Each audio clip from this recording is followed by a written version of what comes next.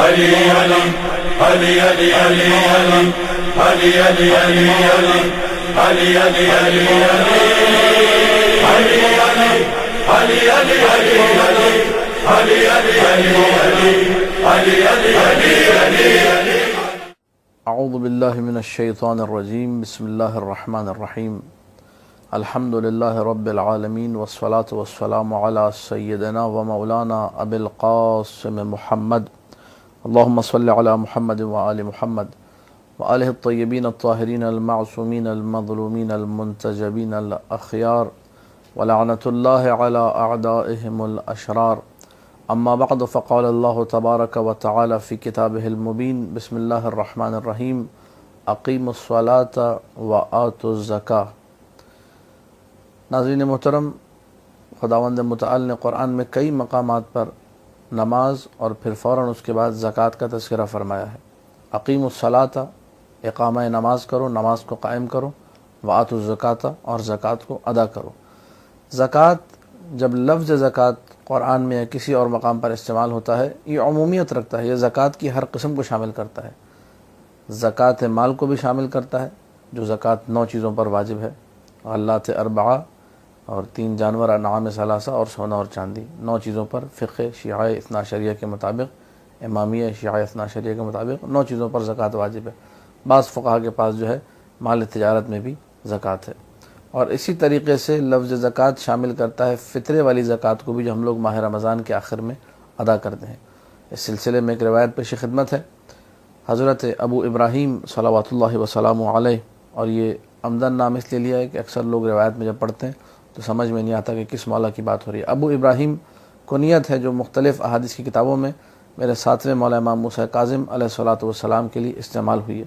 مولا سے پوچھا گیا کہ جو زکوٰۃ فطرہ ہے، احیا مما قال اللہ اقیموا الصلاۃ وآتوا الزکاۃ، کتاب وسائل الشیعہ میں جلد نمبر 4 صفحہ نمبر 222 پر حدیث نمبر 9. یہ زکوٰۃ فطرہ بھی اس آیت میں شامل ہے جس میں اللہ فرماتا ہے اقیموا الصلاۃ وآتوا الزکاۃ. قال نعم، میرے مولا نے کہا اسی میں شامل ہے. اس کے فوراً بعد شیخ حر صاحب وسائل رحمۃ اللہ علیہ نے تعلیقہ لگایا، اگر جا کر 11ویں حدیث کے بعد یہ تعلیقہ لگایا، 2 حدیثیں چھوڑ کر، اور کہا کہ یدل علیہ کل ما دل وجوب الزکاۃ فانہا احد قسمہا. اس زکوٰۃ فطرہ پر تمام وہ احادیث دلالت کرتی ہیں جو احادیث وجوب زکوٰۃ پر دلالت کرتی ہیں. یعنی جہاں جہاں زکوٰۃ کے واجب ہونے کی بات آ رہی ہے، وہاں وہاں لفظ زکوٰۃ شامل کرتا ہے اس فطرے کو بھی. فلذا ہم لوگ اس بات کی طرف توجہ کریں کہ کوئی یہ نہ سوچے کہ فطرے کا تو تذکرہ ہی نہیں ہے. نہیں، جہاں زکوٰۃ کا لفظ آ رہا ہے وہاں وہاں فطرہ خود بخود اس میں شامل ہے. فطرہ خود بخود وہاں پر آ جائے گا. اب یہ کہ زکوٰۃ فطرے کی اہمیت کیا ہے، حدیث رسول ہے مشہور و معروف. قال رسول اللہ صلی اللہ علیہ وآلہ وسلم، وسائل میں بھی یہ موجود ہے. 8ویں حدیث ہے یہ، اسی صفحہ نمبر اور اسی عنوان کے ساتھ. من صام شہر رمضان، جس نے ماہ رمضان کو مکمل روزے کے ذریعے مکمل کیا، وختمہ بصدقۃ، اور اس کا اختتام صدقے کے ذریعے سے، کہ صدقے سے مراد یہاں پر زکوٰۃ فطرہ ہے. وغدا الی المصلی، اور اس کے بعد وہ نماز کا جو جگہ ہے مصلی جسے کہا جاتا ہے، مسجد کی طرف گیا، بغسل، غسل عید کر کے، رجع مغفورا اللہ، جب وہ پلٹے گا تو وہ بالکل نومولود بچے کی طرح ہوگا، مغفور ہوگا، وہ اس کے تمام گناہ بخش دیے جائیں گے. ایک مقام پر میرے مولا امیر المومنین سلام اللہ علیہ نے فرمایا، جب وہ عید کے دن خطبہ دے رہے تھے، عید کا خطبہ دے رہے تھے.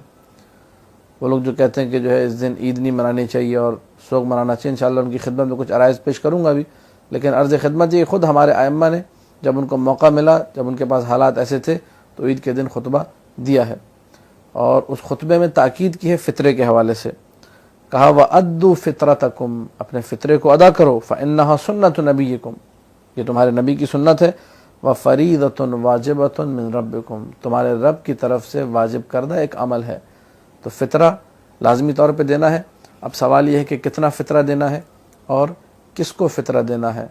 تو ان 2 سوالوں کے مختصر جوابات. فطرہ آپ نے فی کس، پر ہیڈ 1 سا، 1 سا ہم لوگ عربی میں سا کہتے ہیں، جو کہ 4 مد بنتا ہے تقریباً، اور 4 مد سے مراد ہے 3 کلو گرام.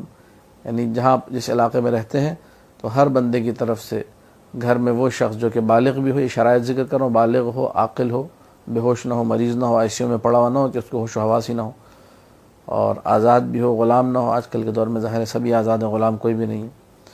تو بالغ، عاقل، آزاد، بے ہوش نہ ہو، مالی استطاعت رکھنے والا شخص، خود جو ہے وہ زکوٰۃ فطرہ لینے والوں میں نہ ہو، فقیر نہ ہو بلکہ استطاعت بھی رکھتا ہو. تو اس کے اوپر واجب ہے کہ اپنے طرف سے اور اپنے گھر والوں کی طرف سے جن کا وہ خرچہ اٹھا رہا ہے، سب کی طرف سے فی کس 3 کلو گرام وہ جو غذا عام طور پہ اس علاقے میں کھائی جاتی ہے. اب عام طور پہ وہاں آٹا استعمال ہو رہا ہے تو 3 کلو آٹا دیا جائے گا. عام طور پہ تقریباً ہمارے علاقوں میں آٹا ہی استعمال ہوتا ہے، روٹی زیادہ استعمال ہوتی ہے. تو 3 کلو آٹا فی کس دیا جائے گا. 3 کلو آٹا جو قیمت بن رہی ہے 150 200 300 پاکستانی، مجھے نہیں معلوم، علمی اس وقت میرے موجود نہیں ہے بات کہ کتنا ریٹ ہے. جو بھی ریٹ ہے آپ حساب کیجئے. 3 کلو آپ نے لے جا کر جو ہے کسی ایسے فقیر کو جو کہ شیعہ ہو، ولایت امیر المومنین کو دل میں رکھتا ہو، ہر جو ہے ٹی وی پر اشتہار دینے والے اور ہر پوسٹر والے اور ہر جو ہے نا کمپنی والے کو اور ہر جو ہے نا جگہ پر آپ یہ زکوٰۃ فطرہ جمع نہیں کرا سکتے. جس کے دل میں ولایت امیر المومنین ہو اس کو لے جا کے دینا ہے. دوسرے مقامات پہ دینا دیجئے، پر کسی اور چیز سے دیجئے، ویسے لے جا کے دے دیں، مستحب صدقہ کی نیت سے دے دیں. اما یہ جو مال واجب ہے اس کو اگر آپ دیں گے تو یہ ادا نہیں ہوگا اور باطل ہو جائے گا. تو شیعہ امامیہ اثنا عشری کو لے جا کر دینا ہے، اور مستحق کو دیں. جو خوددار لوگ ہیں، جو ہاتھ نہیں پھیلاتے، ان کو مقدم کریں، ان کو لے جا کر دیں. اور اس فطرے کی جو ہے واجب ترین جو عبادت ہے، اس کے ذریعے سے ماہ رمضان کے روزے قبول ہوتے ہیں. بعض روایت میں اس کو عمل صالح کہا گیا. وہ عمل صالح جس کی وجہ سے ماہ رمضان کے روزے قبول ہو جائیں گے. مولا سے پوچھا گیا مولا یہ عمل صالح کیا ہے؟ کہا فطرہ. فطرہ ادا کرو گے تمہارا ایسا عمل صالح ہے جس کی وجہ سے ماہ رمضان کا ہر روزہ جو ہے وہ قبول ہو جائے گا. عید فطر جو ہے، جو اگلا عید کا دن آ رہا ہے، اس عید کے دن کو ہم لوگ کوشش کریں کہ خوشی سے منائیں. مستحب ہے، روایت میں ذکر ہے یہ بات کہ عید کے دن کا آغاز تربت سید الشہداء سلام اللہ علیہ، تھوڑی سی آدھی جو دال کا جو دانہ ہوتا ہے اس آدھے دانے کے برابر پانی میں حل کر. تو طریقہ یہ ہے، مفاتیح الجنان میں دعا دی، آپ لوگ دیکھ لیجئے، اس دعا کو پڑھ کے اس پانی کے ذریعے سے جس میں خاک شفا ملی ہوئی ہو دن کا آغاز کریں. دن کا آغاز سید الشہداء سلام اللہ علیہ کی محبت کے ذریعے سے ان کی خاک سے اپنے آپ کو نسبت دے کے کرنا ہے. یہ مستحب عمل ہے. اب یہ کہ انسان کہے کہ نہیں میں آج نماز عید نہیں پڑھوں گا، اور نہ اچھے کپڑے پہنوں گا، میں کالے کپڑے پہنوں گا، میں اور نہ کسی سے ملوں گا، نہ شیر خورما کھاؤں گا، اور نہ جو ہے میں کوئی اور مٹھائی کھاؤں گا، میں نے صرف ماتم کرنا ہے دستار لگانا علم کے نیچے جا کر. تو ان لوگوں کی خدمت میں عرض ہے کہ ہم کیوں ایسے کام کریں جس سے آپ اپنے آپ کو شو کر رہے ہیں. انسان وہ کام کرے جو قربتاً الی اللہ ہو. انسان وہ کام کرے جو معصوم کو راضی کرے. انسان وہ کام کرے جو علماء حقہ سے ماخوذ ہو. کیا ہمارے یہاں سیرت رہی ہے، ہمارے بزرگوں کی سیرت رہی ہے کہ عید کے دن بیٹھ کے سب ماتم کرتے ہوں، اچھے کپڑے نہ پہنتے ہوں؟ ہمارے عید کے دن سیرت رہی کہ خوشیاں مناتے تھے، اچھے کپڑے پہنتے تھے، خوشبو لگاتے تھے ایک دوسرے کو، درود پڑھتے تھے بآواز بلند محمد وعلی محمد پر، امیر المومنین کے فضائل سناتے تھے، قصیدے پڑھتے تھے. وہ کام کریں ہم. آپ علم کے نیچے بیٹھ کر قصیدے پڑھیں، کون روکے گا آپ کو؟ خوشی کا دن ہے، کرنے تو آج کرو. لیکن یہ کہ جو دن خوشی کا دن اس دن آپ بولیں نہیں میں غم مناؤں گا. اب یہ جو سلسلہ چل پڑا ہے کہ جی مولا علی کا 10واں بن رہا ہے، 21 ماہ رمضان حساب کرتے ہیں، 10واں 11واں جو بھی دن بنتا ہے کہتے ہیں جناب زینب سلام اللہ علیہ کی پہلی عید تھی اور وہ جو ہے نا یتیم تھیں اور وغیرہ وغیرہ سارے مقدمات طے کرنے کے بعد نتیجہ ہے کہ ہم نے عید نہیں منانی. اگر اس طرح حساب کرنا شروع کریں گے تو معاملات بہت بگڑ جائیں گے. آپ کو پھر سارا سال غم منانا ہوگا، کوئی خوشی نہیں.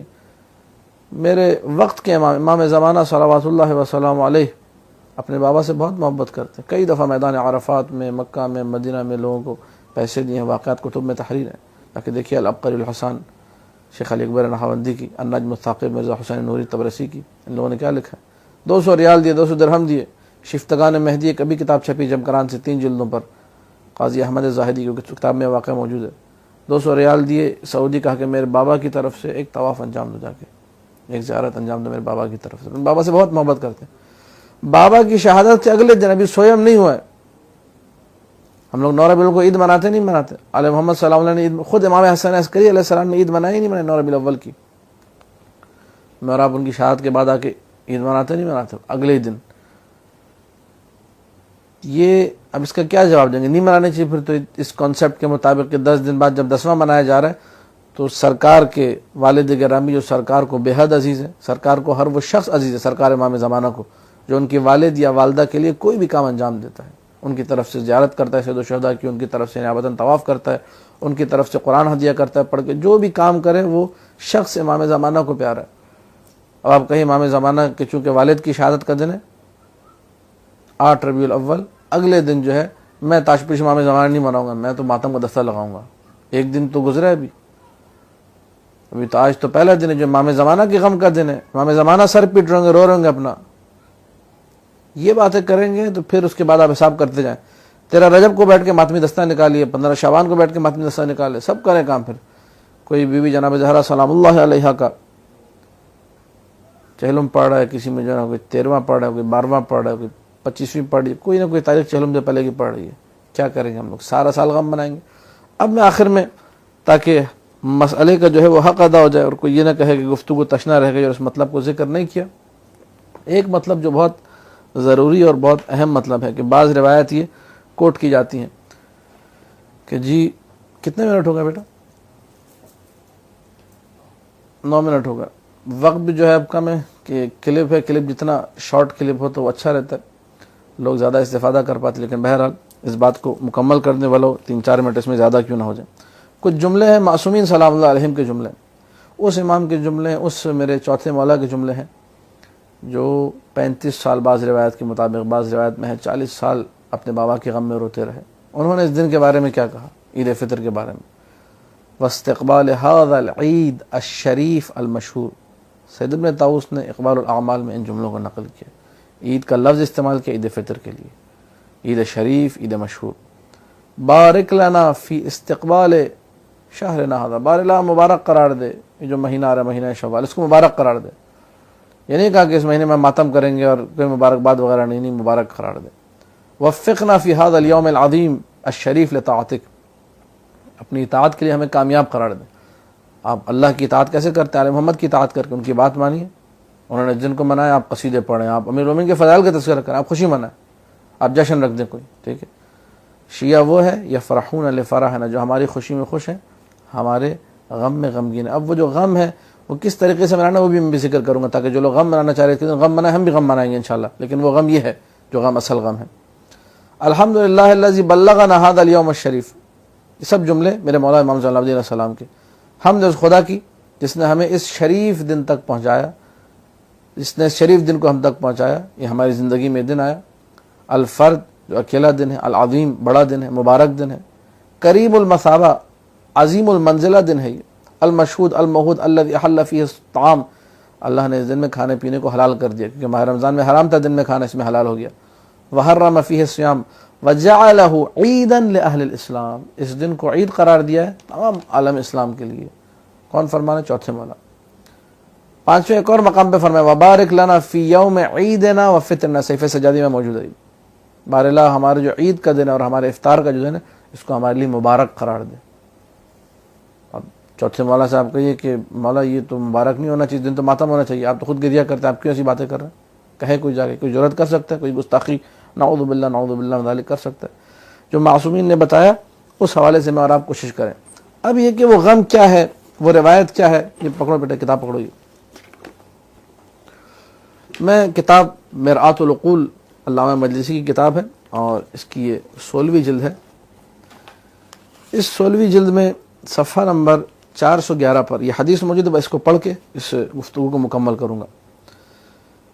دوسری حدیث ہے باب النوادر ہے. یہ کتاب الصیام کے بعد کچھ نادر حدیثیں موضوع سے ہٹ کر اس میں یہ عید کے حوالے سے حدیث آئی.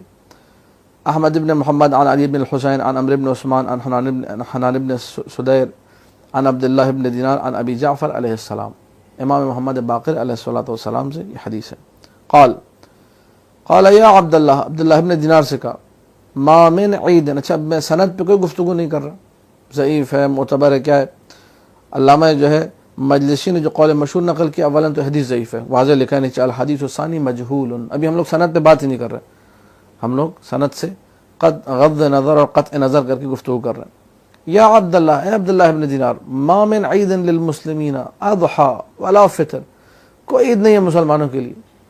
آپ تو فطر کی نفی کر رہے ہیں، وہ کہہ رہے ہیں بقرعید بھی کوئی عید نہیں. امام نے خود فرمایا مسلمانوں کی کوئی عید نہیں ہے، نہ اضحیٰ نہ فطر، الا مگر یہ کہ وہ عید ایسی ہوتی ہے جس میں آل محمد کا غم تازہ ہو جاتا ہے. الا وهو یجدد لآل محمد فیہ حزنا.